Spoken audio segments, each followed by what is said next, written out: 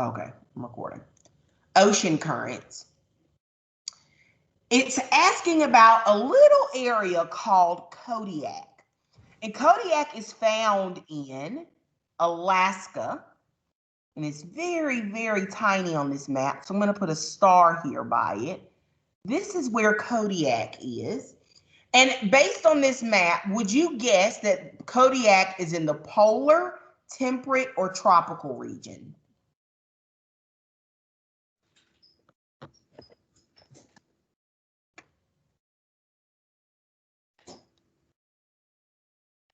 Is it closer to the Arctic or farther away from the Arctic? The Arctic is going to be up. Is polar region?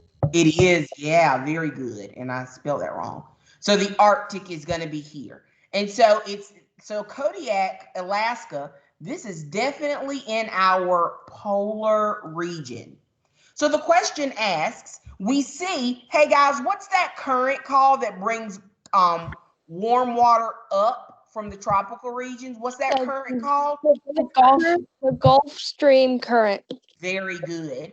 Our Gulf Stream current here is going to bring that water up. So what I'm asking you here is, how do you think that warm water affects the climate, the everyday weather conditions for a long period of time in Kodiak, Alaska? Before you answer that question, hold on. Before you answer that question, I want you to think, what would the climate of Kodiak, Alaska be like if it didn't have any warm water coming up on its beaches? So now you can definitely share your answers. How do you think that warm water affects Kodiak, Alaska's climate? Do you think it makes the water warmer or colder? Colder. Warmer. Warmer. It helps to make this regions, please mute yourself.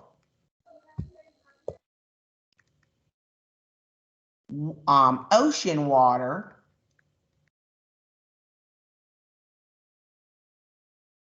and climate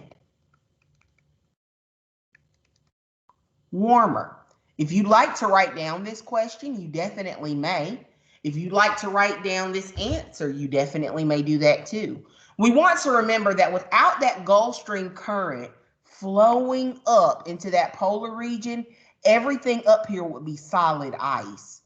But because there's a circulation of heat, that heat is rising from our tropical region, it helps that water to be a little bit warmer. That means things can live there. That warms up the land that's near the oceans.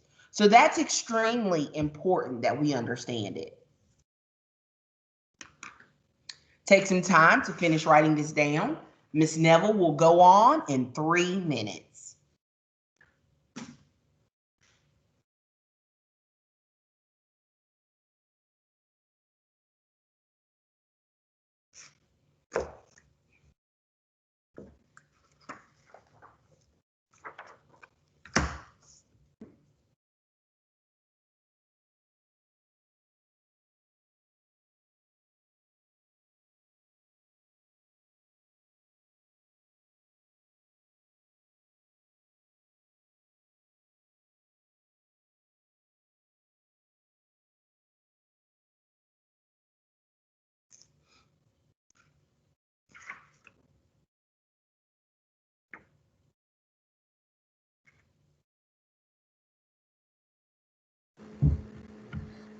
Miss Neville. Hi, Emma. Yes, ma'am. Do we write this under the global winds carrier effect? No, if you could erase global winds, and we'll pick back and erase global winds, and then you'll write this down. Emma, remember, I'm recording this lesson, and so if I move on too fast, this lesson is being recorded and you can watch it again, okay? Miss Neville. Yes. I can't see your screen. Okay, let me try one more thing.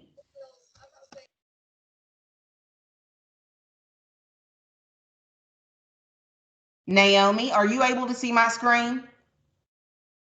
Or were you able to see my screen? Yes, ma'am. Okay.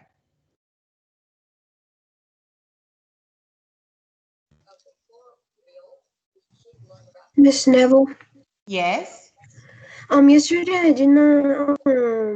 I was not in class because I had an appointment. Christian. So do you have a recorded lesson? Yes, the recorded lesson will be put in the folder if it hasn't been already, but I think it's already there. Okay, thank you. Guys, I'm not sharing my screen right now. So if you're telling me you can't see my screen, it's because I'm not sharing it right now. Valerie, could you unmute yourself and tell me what you need?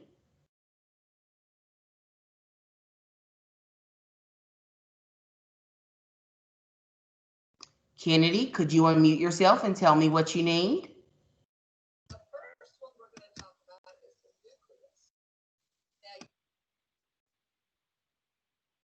Uh-oh, sorry.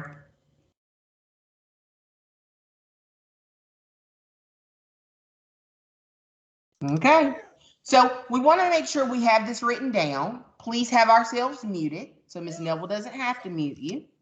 Okay. And so we want to make sure we understand that Earth's waters circulate. That means heat rises and cold sinks. This is our law of convection. So let's keep it moving.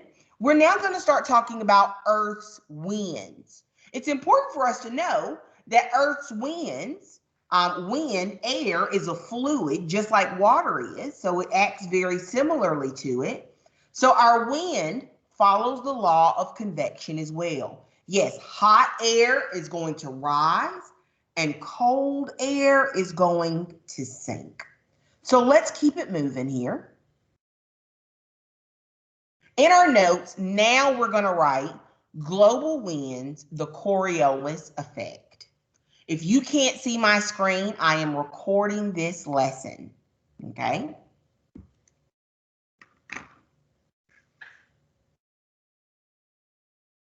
So it's important for us to know that the Coriolis effect describes how wind moves on our Earth.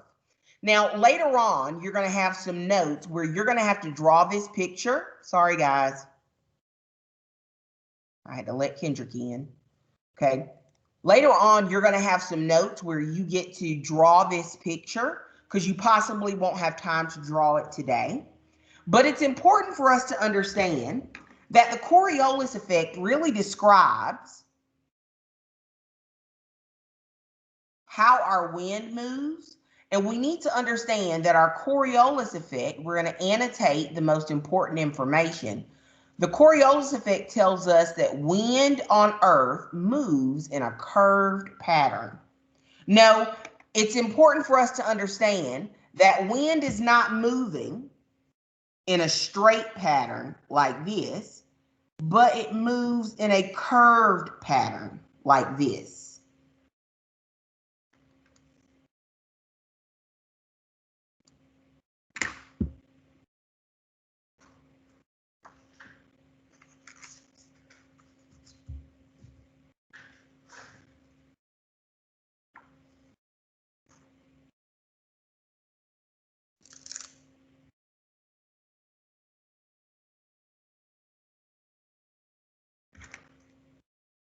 If you have time to start drawing this picture, you may. I wouldn't worry about coloring the continents and all of those things. It's just important that you're able to draw each of those winds, and you want to be able to label those winds. Okay? And we're going to talk about those winds today.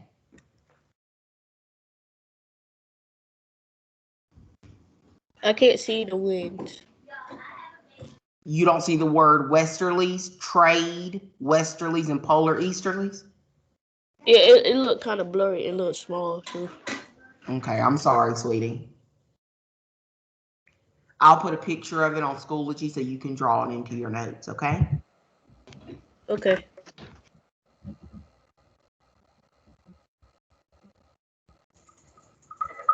used my water bottle to draw Earth. What? I just said I used my water bottle to draw Earth, like I traced it. Oh, good. Cool. Miss Snowball, Yes. can you read the second part about the Coriolis effect? You can't see my screen, Marley? I can see your screen, but it's glitching a little bit. Okay. It says because the Earth is tilted on its axis and is constantly spinning, the winds on Earth move in a curved pattern. So they don't move in a straight pattern like this. No, they move in a curved pattern instead. And we're going to do a demonstration today so that we can see why those winds move in that way.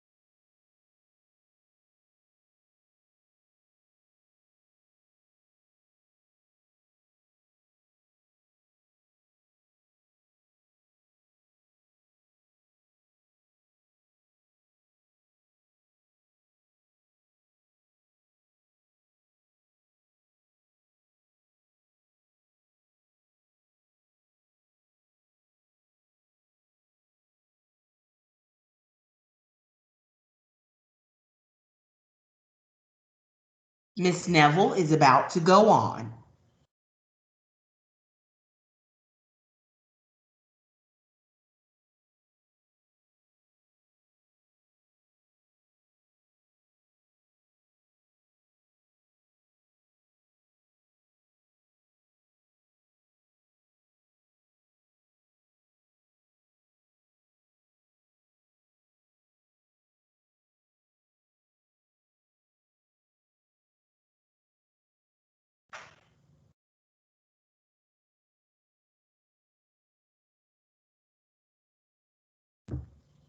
Okay, so when we're talking about Coriolis effect, we have to look at why that's happening. Let me get my little helper over to help us.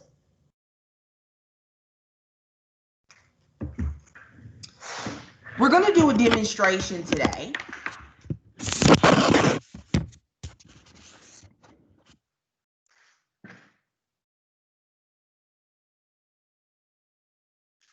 Can you see me? Yeah, I can see you, but barely hear you. We're going to do a demonstration today where we're able to see why our Earth's winds move in a curved pattern.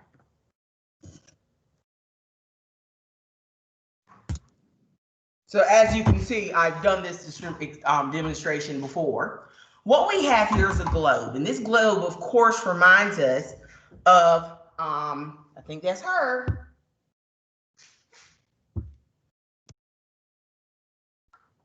Hi, Abby, come on. You can say, come on.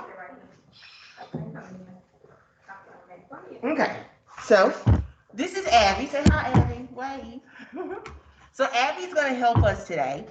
Abby's going to represent the winds, the global winds, And what Miss Neville's going to do, Abby, if you'll start your marker up here, Hey, Miss Abby, good.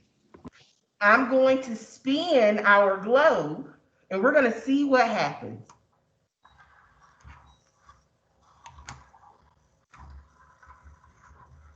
There you go. Keep going down, Abby.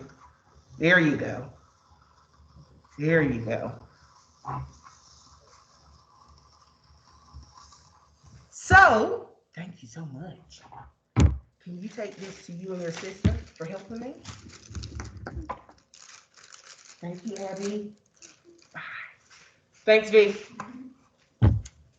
Journey said, is that Miss Savage's daughter? So what we see here is, if you can't see it, that our winds, as our earth spins, our winds move around our earth in a curved pattern. Those winds can't go straight. One, because our earth is a sphere, it's a circle, or a 3D circle, a sphere. And because our earth is constantly spinning, our winds, as they blow, move in that curved pattern. Okay? Bring it back around.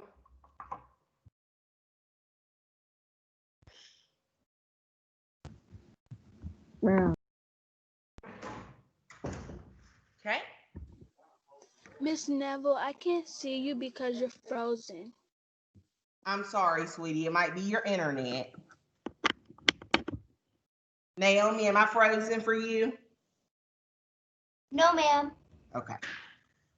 Okay. So as we're working, it's important for us to understand that those winds in each of our climate zones flow or move in a different direction. So what we're going to do in our notes today,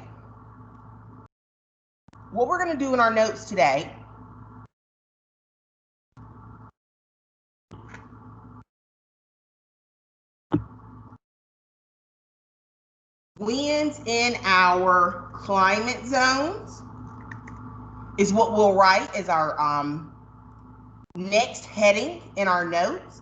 And I'm going to steal this picture here because we're still going to want to see that picture. And it's important for us to know,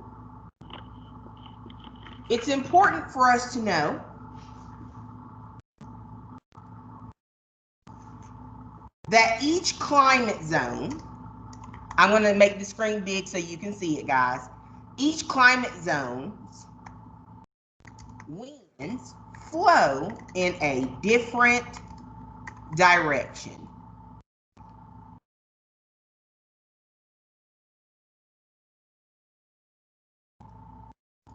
Each climate zone's winds flow in a different direction. In the tropical region, in the tropical climate zone, can Miss Neville spell today?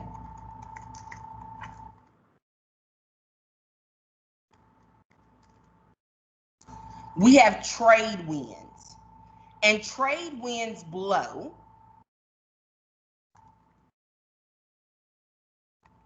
from east to west.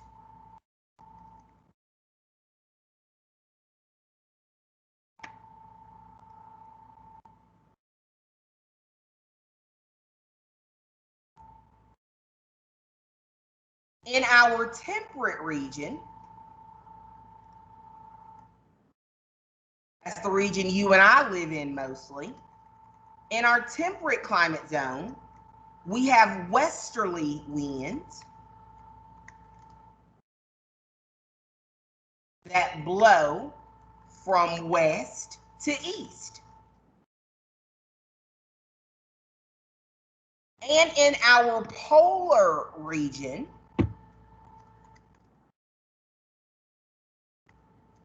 you want to be writing this down, babies. Those winds are called polar easterlies. On the news, you're going to hear the weatherman just call them easterlies, and that's okay. Polar easterlies, and they blow from northeast to west.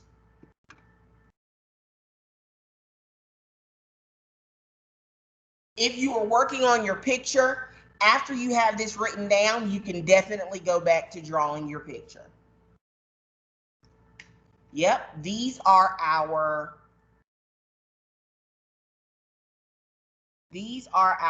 westerly winds. We see our trade winds here in our tropical region. Westerly winds in the southern hemisphere, and our polar easterlies.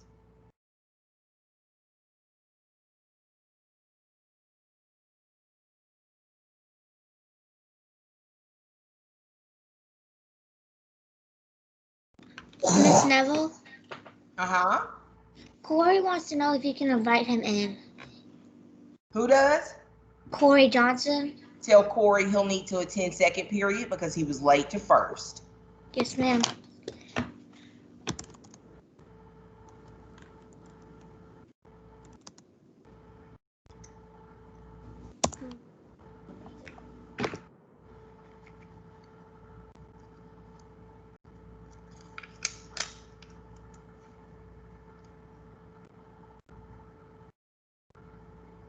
Take about 3 more minutes to finish writing this down and finishing your picture if you can. Notice that those arrows that represent our wind and how it blows are curved.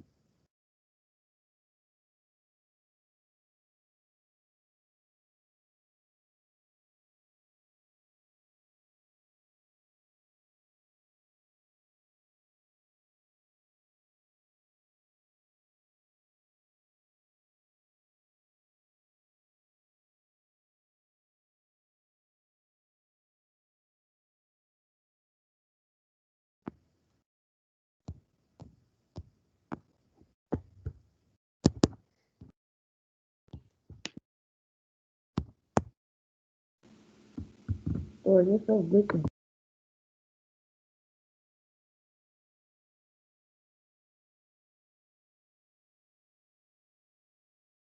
Journey, can you say that again, please? Or was that Journey? Whoever said something, please say it again. I was saying that stories. I don't understand what you're saying. You'll have to email it to me.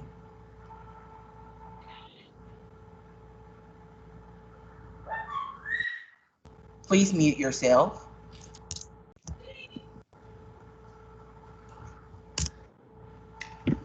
So as we're looking at our climate zones, it's important for us to know that these winds blow in different directions. These winds in each climate zone blow in different directions. So put your hands up. Remember, polar, temperate, tropical, the polar climate zone, the Arctic and the Antarctic, the temperate zone, it's kind of warm. The tropical zone near the equator is very warm. Can someone turn on their mics and let us know why is the tropical zone so warm? Because most of the sun's rays hit where the equator is, and that's why it's so hot. Very good. It gets most direct sunlight. Yep. So we also want to now use our hands. Instead of saying polar, temperate, and tropical, we're going to say polar easterlies, westerlies, and trade. Yes, it's important that we put into our minds, burn into our brains, what type of winds are in each of these climate zones. Hands up. Polar easterlies, westerlies, trade. Trade winds, westerlies, polar easterlies. The polar region has the polar easterlies. The temperate region has the westerly winds. And the tropical region has the trade winds. It's super important that we know that, okay? So we should be finishing up our picture. If not, this is being recorded, so you'll be able to see it, okay? So we want to make sure we remember that our winds move in a curved pattern. Now let's talk about your assignments that you have today for class. Okay, I'll share my screen with you. Today, your assignment will be in Schoology. So let's talk about what you have to do today after science class is dismissed. Remember, I'm going to dismiss you guys a little bit earlier than 1:06 today, but until 1:44, that is just science time. That's when you need to be working on those science assignments. Yesterday, you should have completed the Bill Nye the Science Guy climates video. You should have made sure you wrote your notes for your climate zones. Here's the recorded lesson, Emma, that you were looking for earlier. It's in our new pink folder. It's called Earth's Climate and Ocean Currents Live Session, January 4th. And then we have here our climate zones activity. That's a new one that was released yesterday, but it's due today. And you're also going to be working. You're also going to complete your ocean currents activity today. And you're going to be able to finish your picture on the Coriolis effect. Okay, there's that picture for you. Some of you weren't able to see it. You'll be able to see it now. Okay, and so you're going to make sure you have that picture done and you complete your 2 assignments today using your new notes. One of the questions that you're going to be completing is very similar to our activator or bell ringer that we worked on at the beginning of class today. I wonder why. So you'll get some time to get this done today, and you'll have about 45 minutes to get it done. If you have no questions, you may leave the class. If you still have questions, please stay. Bye. Bye, Miss Double. I'll see you Goodbye. tomorrow. I'll see you tomorrow, Miss Double. Bye. Miss Hey, Noah. Corey, how can I help you? Hi. I just wanted to tell you something funny that happened. So we heard my cat meowing, and we looked in all of our attics. We looked everywhere. We looked in the closet. We looked outside, and then we hear her meowing from the attic in our roof. Oh my And we goodness. open it, and she's up there, and we're trying to get How her did she down. get there? We think she got into the attic, climbed up the walls, and somehow got up there. But we don't know how that's possible. Story. These cats are extremely nimble. Hi, girl. Chloe, so you and Corey will be attending my second period class. Did you guys miss most of first period today? Yes, ma'am. I did.